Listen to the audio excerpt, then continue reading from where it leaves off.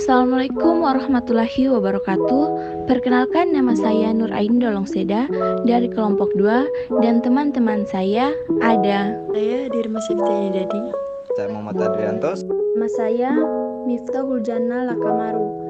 Dan saya Nur Aulia Rifanya Manopo. Baik, pada kesempatan kali ini kami akan menjelaskan tentang teori-teori pendidikan anak usia dini. Di sini saya akan menjelaskan tentang pengertian anak usia dini. Dalam peraturan Perpres atau peraturan Presiden nomor 60 tahun 2013, anak usia dini adalah bayi yang baru lahir hingga anak-anak yang belum genap berusia 6 tahun. Di dalam pemantauan tumbuh kembangnya, kelompok usia ini dibagi lagi menjadi janin dalam kandungan sampai lahir. Lahir sampai dengan usia 28 hari, usia 1 sampai 24 bulan, dan usia 2 sampai 6 tahun. Dari segi pendidikan, usia dini merupakan masa keemasan dalam perkembangan otak anak sehingga si kecil harus diberi rangsangan atau stimulus yang tepat. Oleh karena itu, orang tua wajib memahami karakteristik anak usia dini demi memastikan anak tumbuh dan berkembang secara optimal. Teori-teori pendidikan anak usia dini. Beberapa teori yang mendasari pelaksanaan pendidikan anak usia dini di antara lain yang pertama, Howard Gardner, tahun 1943. Teori Howard Gardner muncul dalam zaman kita hidup sekarang ini. Ia mengatakan bahwa pada hakikatnya setiap anak adalah anak yang cerdas. Kecerdasan bukan hanya dipandu dari faktor IQ saja, tetapi juga ada kecerdasan-kecerdasan lain yang akan mengantarkan anak pada kesuksesan. Macam-macam kecerdasan menurut Gardner. Yang pertama, kecerdasan bahasa, yaitu kecerdasan anak dalam mengelola kata-kata. Yang kedua, kecerdasan logika, yaitu kecerdasan dalam bidang angka dan alasan logis. Yang ketiga, kecerdasan musik, yaitu kecerdasan dalam bidang musik. Yang keempat, kecerdasan gerak atau kinestetik, yaitu kecerdasan dalam mengelola anggota tubuh. Yang kelima, kecerdasan gambar atau spasial, yaitu kecerdasan anak dalam permainan garis, warna, dan ruang. Yang keenam, kecerdasan diri atau intrapersonal, yaitu kecerdasan dalam bidang pengenalan terhadap diri sendiri. Dan yang terakhir, kecerdasan bergaul atau interpersonal, yaitu kecerdasan dalam membina hubungan dengan orang lain. Yang kedua ada dari John Bowlby tahun 1907 sampai 1990.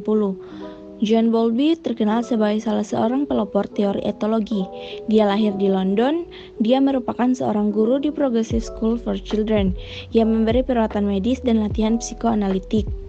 Teori Bowlby yang terkenal adalah tentang teori attachment. Dia mengemukakan perkembangan attachment bayi. Attachment yang dimaksud adalah keteraturan, kesenangan, keinginan untuk melekat terhadap orang-orang yang diakrabi. Salah satu attachment bayi adalah menangis ketika ditinggalkan pengasuhnya dan tersenyum ketika pengasuhnya datang atau memberi makan. Menurut Bowlby, meskipun respon sosial bayi pada awalnya tanpa diskriminasi, anak yang kehilangan kesempatan untuk memperoleh hubungan sosial dengan orang lain akan mempengaruhi perkembangan sosial. Ketiga ada Jean Piaget. Piaget merumuskan tahap perkembangan intelektual anak dalam beberapa tahap, yaitu A. Tahap sensori motorik, usia 0 sampai 2 tahun. Pada tahap ini, anak berpikir adalah memahami diri dan lingkungannya melalui kesan-kesan sensori dan gerakan-gerakan motoriknya. Bagian B ada tahap pre-operasional konkret, usia 2-6 tahun. Pada usia ini, anak menurut Piaget sudah mulai berpikir secara mental, meskipun belum terlalu sempurna. Pada usia ini, hayalan masih mendominasi pikiran anak. Anak sering menghayalkan sesuatu sebagaimana kenyataan. Ciri utama berpikir anak usia dini adalah berpikir egosentris, kemampuan merekam tinggi, rasa ingin tahu tinggi, sering melakukan dusta hayal. Animistik, anak sudah dapat menggunakan simbol-simbol sederhana untuk menyatakan perasaan dan pikirannya. Selanjutnya, Lev Vygotsky. Vygotsky adalah seorang ahli perkembangan berkebangsaan Rusia. Teorinya disebut dengan teori belajar sosial. Vygotsky mengemukakan bahwa perkembangan manusia melalui interaksi sosial yang memegang peranan penting dalam perkembangan kognitif anak.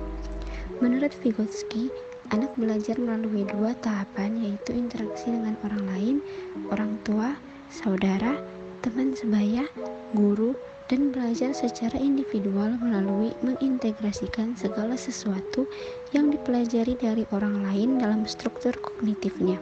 Sekian Lebih dan kurangnya. Kami mohon maaf. Wassalamualaikum warahmatullahi wabarakatuh.